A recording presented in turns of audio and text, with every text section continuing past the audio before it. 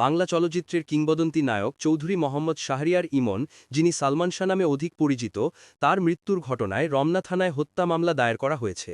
সোমবার মধ্যরাতে এই মামলা করেন সালমান শাহর মামা আলমগীর কুমকুম।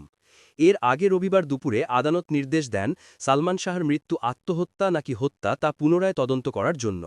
আলমগীর কুমকুম তার মামলায় সালমানের প্রাক্তন স্ত্রী সামিরা হককে প্রথম আসামি হিসেবে অভিযুক্ত করেছেন।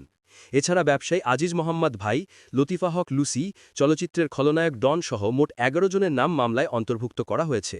পাশাপাশি অজ্ঞাতনামা কয়েকজনকেও আসামি করা হয়েছে। আলমগীর কুমকুম গণমাধ্যমকে বলেন, সালমান শাহর বাবা ম্যাজিস্ট্রেট ছিলেন। তিনি অনেক চেষ্টা করেছেন অপমৃত্যুর মামলাকে হত্যা মামলায় রূপান্তর করতে, কিন্তু চেষ্টা করতে করতেই তিনি দুনিয়া থেকে চলে গেলেন। এখন এতদিন পর এটা সম্ভব হয়েছে। বাদী পক্ষের আইনজীবী ফারুক আহমেদ বলেন, আমরা মামলায় ১১ জনের নাম দিয়েছি, পাশাপাশি অজ্ঞাতনামা আরও কিছু আসামির বিষয়েও উল্লেখ রাখা হয়েছে। যদি কেউ মারা গিয়ে থাকে, তাকে মামলার তালিকা থেকে বাদ দেওয়া হবে। উল্লেখ্য, ১৯৯৬ সালের ৬ সেপ্টেম্বর ঢাকার ইস্কাটনের বাসায় সালমান শাহর ঝুলন্ত মরদেহ উদ্ধার করা হয়েছিল। এরপর থেকে প্রায় ৩ দশক ধরে ঘটনাটি অপমৃত্যু মামলা হিসেবেই চলছিল। পরে পুলিশ ব্যুরো অফ ইনভেস্টিগেশন তাদের প্রতিবেদনে জানিয়েছিল সালমান শাহ আত্মহত্যা করেছিলেন।